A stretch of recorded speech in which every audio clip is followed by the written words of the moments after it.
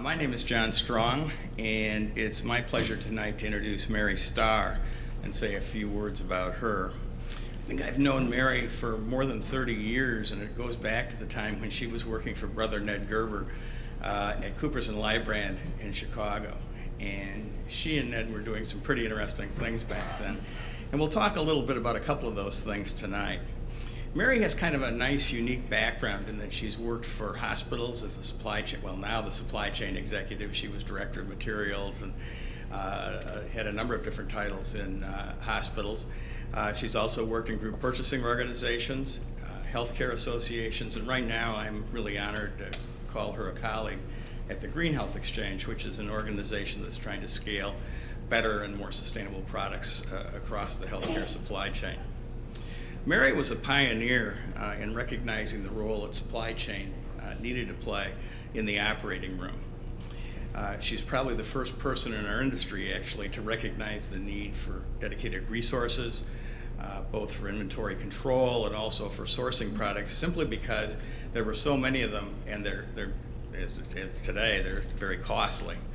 Her 1993 book, Materials Management in the Operating Room, still sits on my bookshelf today. And it addresses topics such as inventory value, how to assess materials management in the OR, and using IT for inventory management. And I have to tell you, looking back at some of the illustrations for IT, it's really kind of stunning to see how far information technology has come across the healthcare supply chain. You look at that today and you say, wow, that's pretty rudimentary stuff, but it's true today, just as it was when she wrote it, that the underlying principles that she identified really needed to be done, first in a manual way and now in a more automated way across the industry. I think it's also worthy to note that Mary thanks a number of people in that book. One of them was John Gaida, one of our honorees tonight, for some of his work in helping her look at the impact of inventory and sourcing in the operating room. Mary's contributed to the profession in a number of other ways as well.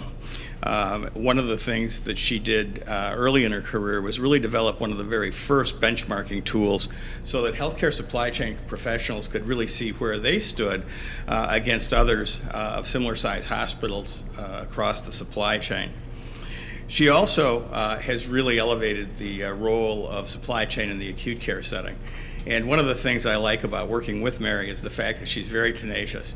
And back at Consorta, when she was running the non-acute care supply chain program there, people would tell her, oh, there's not enough volume, and there's really no need in going after some of this. And she really persevered through all of that and built a program that's still in use today by Health Trust Purchasing Group. Mary served as the president of ARM in 1999, and she served on the board of the Bellwether League and served as their treasurer for a number of years as well.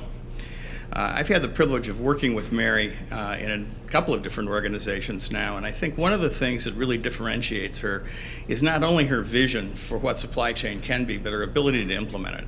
She's a real implementer, and she really can do amazing things when she starts looking at how things can change in our profession.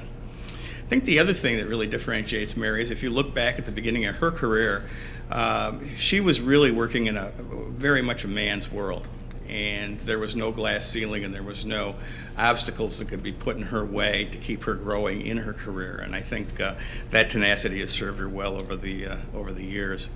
Mary's a consummate healthcare supply chain professional who still brings leading edge ideas forward. And one of the things I love about her is she's comfortable in the basement of an individual hospital or talking to people in the C-suite of a multi-hospital system. She really has a broad breadth of professional ability across the supply chain. So it's my pleasure to introduce Mary Starr as a member of the Bellwether class of 2018.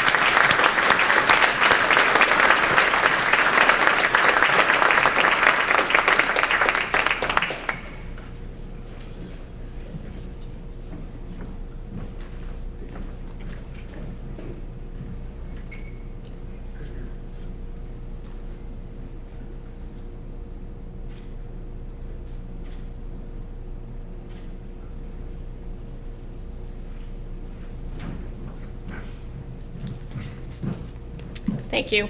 I want to first thank the Bellwether League Board and Nominating Committee for selecting me for this honor.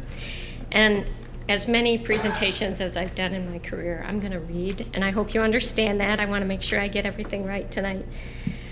We hear people say that they're humbled and grateful when recognitions like this are received. And tonight, I finally feel the magnitude of what they're really saying. I am humbled and grateful for this award. And also thankful that I've had the opportunity to work with smart, passionate, caring, and fun-loving people throughout my career.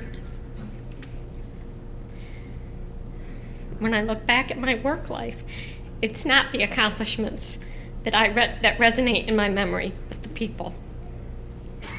And I've been lucky enough to work with and know individuals like John Gaida, John Strong, G. Grunwald, Patrick Carroll, Jamie Kowalski, Rick Barlow, Anna Fox, and others. They've generously offered their guidance and support to me throughout my career. I'm also the proud member of a family that loves and supports me every day, no matter how crazy I can be. Thank you very much for this recognition.